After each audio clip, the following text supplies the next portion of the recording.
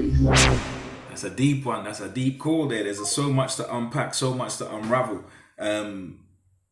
Immigration, would people of color really stay here if there was a decent handshake given to a little sweetener for repatriation? You know what I'm trying to say to you? Yeah, reparation for repatriation. Maybe somebody needs to start a hashtag. Nigel, sort it out, get the money up, and you can get some of these Caribbean people out of here at least. You know what I mean? But I don't know if Britain really want that. I've looked into this subject matter of immigration a little bit from another perspective, and I don't have the guy's name, but I'm going to hopefully bring forth some information where I can cite his work. But there's a financier, person that works in money, in the big money side of things, and who has spoken as an academic about immigration and the reason why it happens in countries like Britain, talking about, quote unquote, his language, the developed world. He said there's an inevitability that there's three things that you have in the more industrialized countries in the world, right? But you can't have all three, right? But you have to pick between the three. He said you can have like a monolithic ethnic group, right? Like a country like Japan, where they don't really do the immigration thing. There ain't too much immigrants from different cultures, countries, or anywhere. It's Japanese predominantly, right? But he said there's something else. You got to have a growing birth rate, right, to sustain, what's the word I'm looking for? Economic development. But you have to pick between those things. You can't have all three, right? You can't have a monoculture and not have a high birth rate. Otherwise, you're going to need immigrants. If you don't have immigrants and you don't have a high birth rate, then you're going to have to give up your economic advancement, economic development. The country doesn't get richer and richer, or the standard of living doesn't improve. And that is why Britain is in the situation that it is in. That's what the financier was saying, that Britain doesn't, the white indigenous they have a low or declining birth rate. So those people like Tommy Robinson or Nigel Farage, or maybe Rupert Lowe, who would push for like a ethno-nationalism, like, yeah, want to make it white, right? Yeah, more like your BNP politics and your NF politics and going back to Enoch, right? None of this dog whistle stuff and phrasing it, and it's this group and it's this ethnicity, and the Sikhs are okay, but it's the Muslims. No, this week it's the Muslims are okay, but it's the Sikhs this week. None of that stuff. They just want it to be white. If they were to get their dream, England would decline as even more. Britain would decline even more as an economic power. And so that's what the problem is. And that's why there's always a need for people from developing countries or from less advanced economies, an influx of people to come and serve the coffee or to mop the floor or to do the jobs that, old people's homes, whatever it is, the jobs that the white indigenous people either don't want to do. And in some cases, it's the opposite end of the employment scale. Maybe there's a shortage of people with advanced skills, and so they have to invite people or create opportunities for people from different backgrounds to immigrate to the UK, right? It's not always about low skills. Sometimes it's high skills as well. The number is 07826 115543 if you want to make a point. Maybe you think Nigel has a point. Maybe you think, you know what? He didn't incite violence. The knuckle draggers, the man them and woman them, or those citizens, our fellow citizens, myopic, short-sighted, racist, or at least racially prejudiced. Power plus prejudice. We don't know how much. You don't even have the power to brush your teeth. So I don't know about power plus prejudice equals racism. But they definitely got prejudice, right? Maybe they got a point somewhere in the whole argument. But maybe Nigel didn't cause the riots, like we said, the Farage riots. When we're talking about 2024, maybe the skirmish in Southampton wasn't caused by Farage. Maybe that they wanted to go out and fight anyway. They want to have a couple beers, chant a bit. It's a bit of an absence of culture, of meaning. This gives them meaning. I'm speaking as an existentialist, right? An existentialist therapist.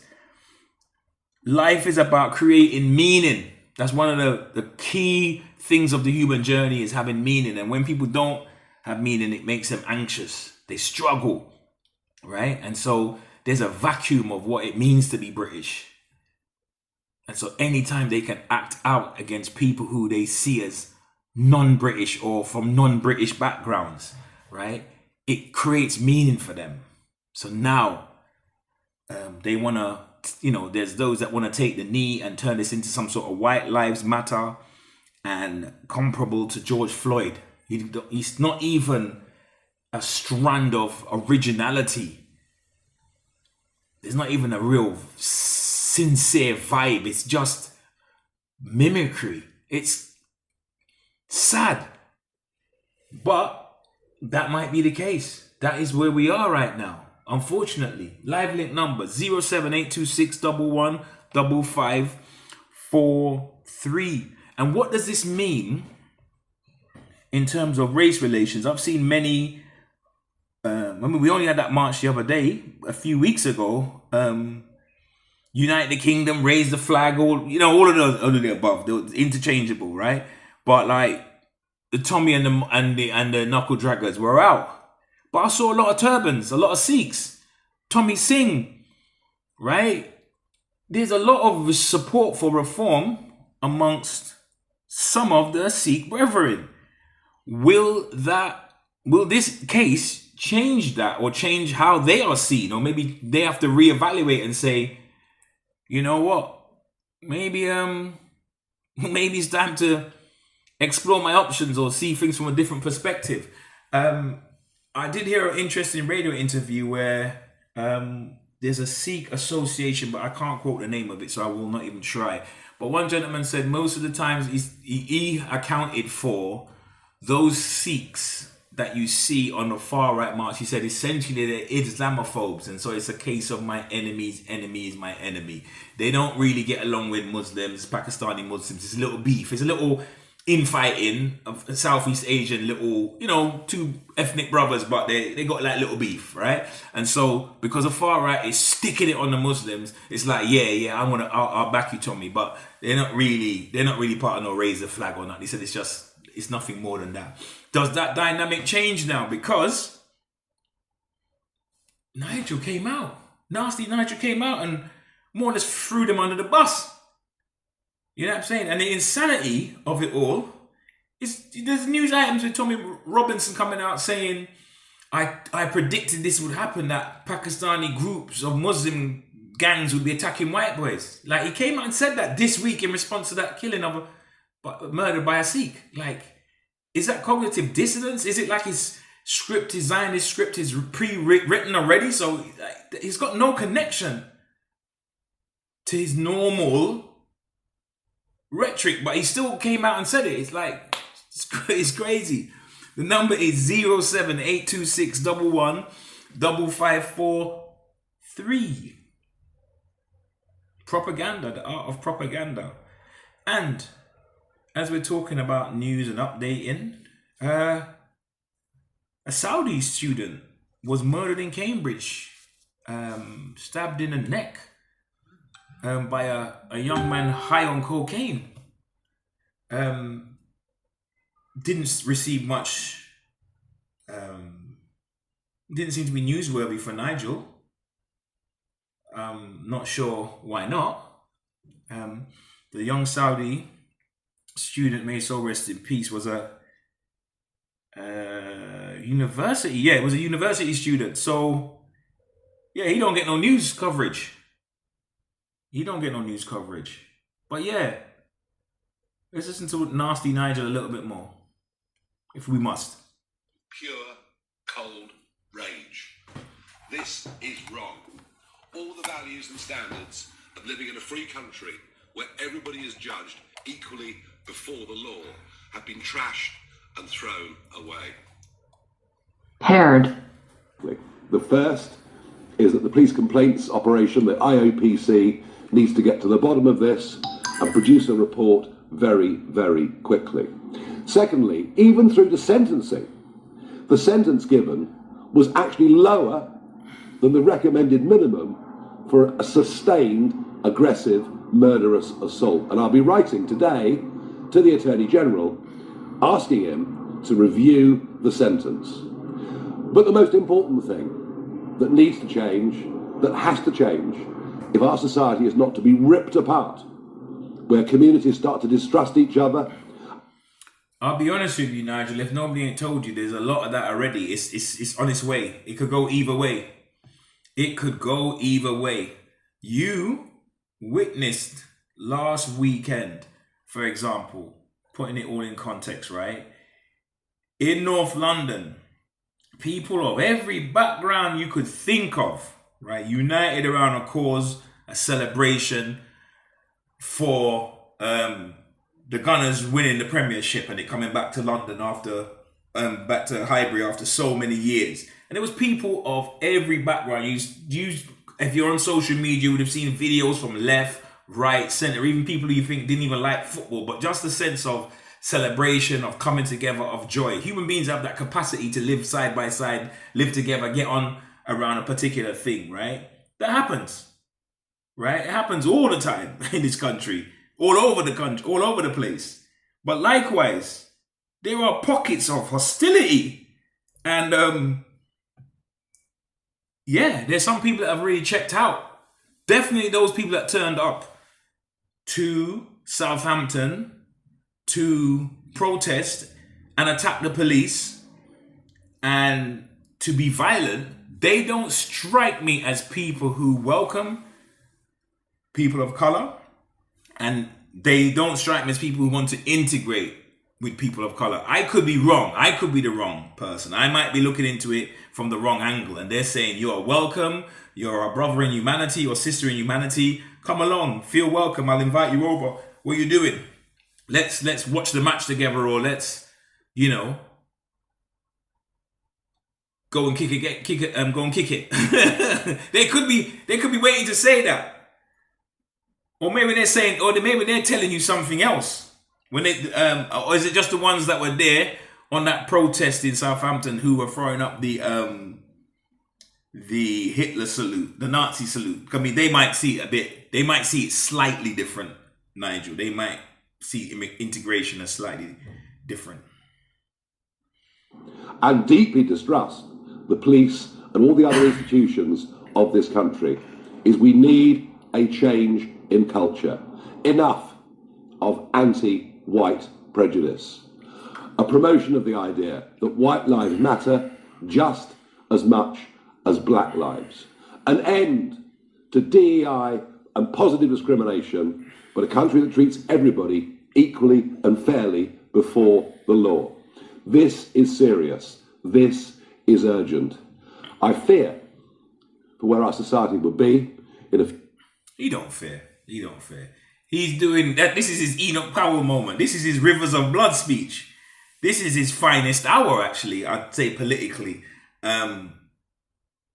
Not in a way of nobility and accomplishing anything honorable, but in terms of creating enough distraction against his investigation and creating enough, keeping the distraction and the conversation around immigration, national identity, and multiculturalism, while staying true to the idea of giving the most lenient or accommodating legislation, if voted into government, for crypto policies, you know, like cryptocurrency, should I say, Bitcoin and the like.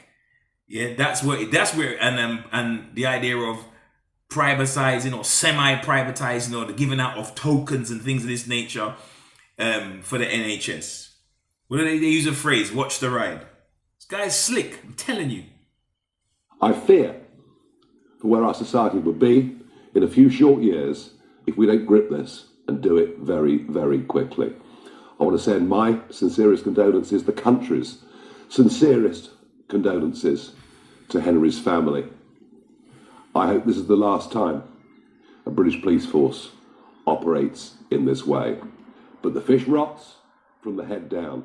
It is up to government and police chiefs to change this culture and to start that process today. Thank you.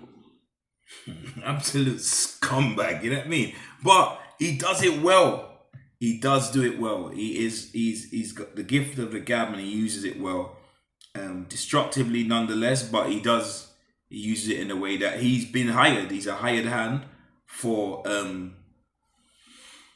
well, I don't want to say racism, white supremacy, because he doesn't really, and I'm gonna use my own bias, right? He doesn't strike me as somebody who is actually like one of those real ideologically racist white supremacist people. He doesn't really strike me like that. He more strikes me as somebody who, and I could be naive, but he strikes me as he's a whole hoe. He's there for the like. If African Caribbean people had their money up and we had an institute or a funder that would send him the kind of money that he's used to, he could change his rhetoric and he'd be coming out and saying things within all of his whatever he's doing, because he's a hired hand, right? He's a mercenary. He would throw in, and the people from the Caribbean and the Windrush, hardworking, diligent, tax-paying, and their offspring who built the institutions in this country, we sent for them for the... He would change his rhetoric. If the check was right, but the check ain't coming through. The check ain't coming through, so we're further in the game. I don't think he's a hardcore, like maybe a Enoch had that ideological racism, white supremacy grounding and really believed in that stuff. I think Nigel Farage believes in green, and I don't mean energy saving green or whatever. I mean money. He's more of a money man than an ideologue like Enoch Powell. When Enoch was talking and quoting small pickaninnies, I think he was saying that from the heart. I don't think that was just for effect. They can't speak English, but they do know one word: racialist. Yeah. No, old Enoch was Enoch was definitely cut from a different cloth. But we can say that Nigel was exploiting the culture, or should I say exploiting a moment for political reasons. We could say that in black and white, or you could disagree. I've got time for one more call on 07 826 115543. If not, I'm gonna press gas. A little bit of food for thought before we close out, actually. 16-year-old student Henry Novak, and I can just show you what you will have seen. Independent here taking the line that the family's plea for calm has been ignored.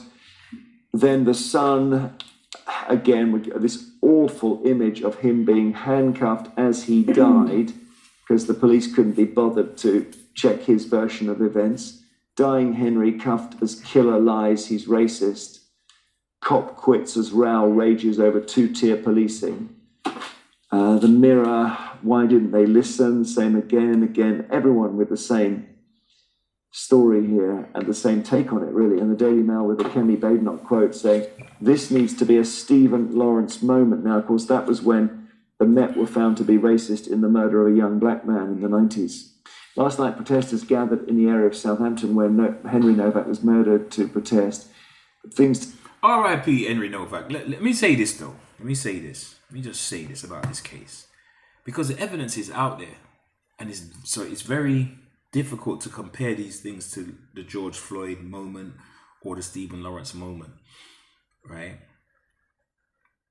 They say that the pathologist says that the injuries were so bad that had the police intervened immediately, it was too late for him. Right?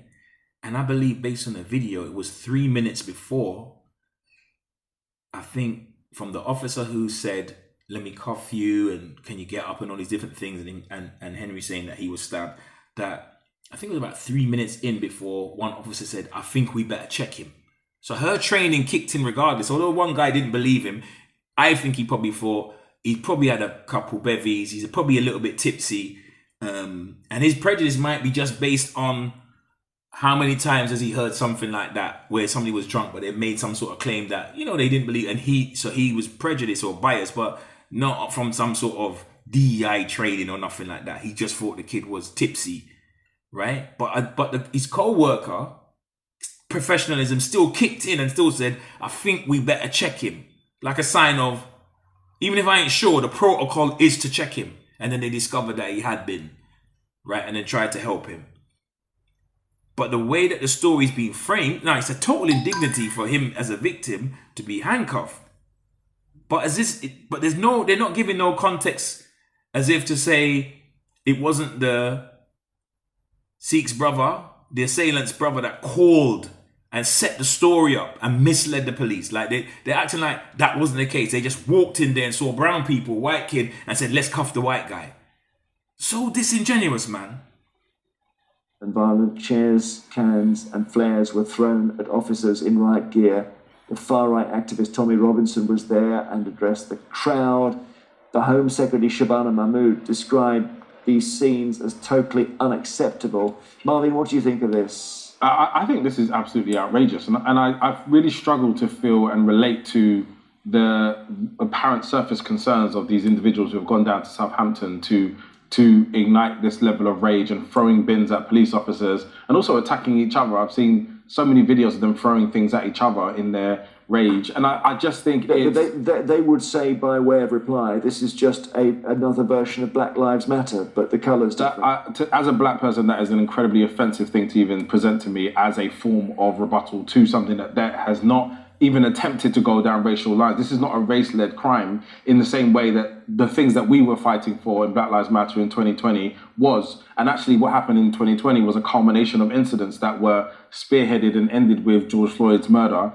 This whole conflation... So you don't see this as I do not see it as the same... George Floyd murder in reverse. The George Floyd incident was about the police officers murdering multiple black people over a period of time. Plus there was instances in the UK. There's a difference between a police officer murdering an individual than somebody dying in the hands of a police officer. But there's no comparison to what happened in the UK. There is no comparison. None. And actually the conflation is actually quite ugly and inflating. I think she repeated what you said. Well, I think disagree with it. Yes. The reason that the police forces changed their rules in this country and came up with something called a race action plan was precisely because of the George Floyd murder. And the two situations are entirely different. Our policing is not like the policing in America. For a start, our cops don't carry guns. But that's not the main thing that I want to talk about here. I want to talk about what's happened there. People are blaming Farage today and saying that he is inciting this kind of violence. No, he isn't.